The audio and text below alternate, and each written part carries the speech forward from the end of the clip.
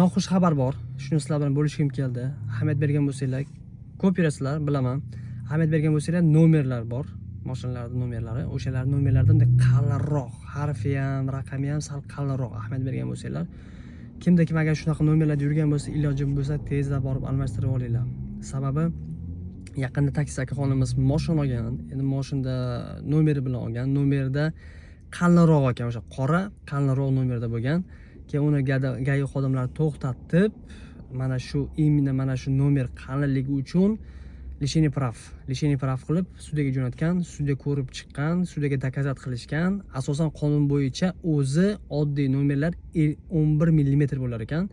Mana bu qalin qora nomerda 11.5 mm. O'sha 5 mmligi uchun akaxonda 6 oyga lishat qilib yuborishibdi. Endi asosan bu statyani 12.1, 12.2, 12.3, 12.4 o'zi 500 so'mdan 5000 gacha shtraf qilsa bo'lar ekan, lekin akaxonda qattiqroq statya bilan urib pravasini lishat qilib qo'yibdi. Kimda kim shunaqa nomerlarda yurgan bo'lsa, iloji bo'lsa tezda almashtirib olishni tavsiya beraman. Shu videoni tanishlarga tashlab qo'yinglar. Nimagaki ko'chada yuramiz, yaxshi odam bor, yomon odam bor. Shu muammolarga tushmasligi uchun.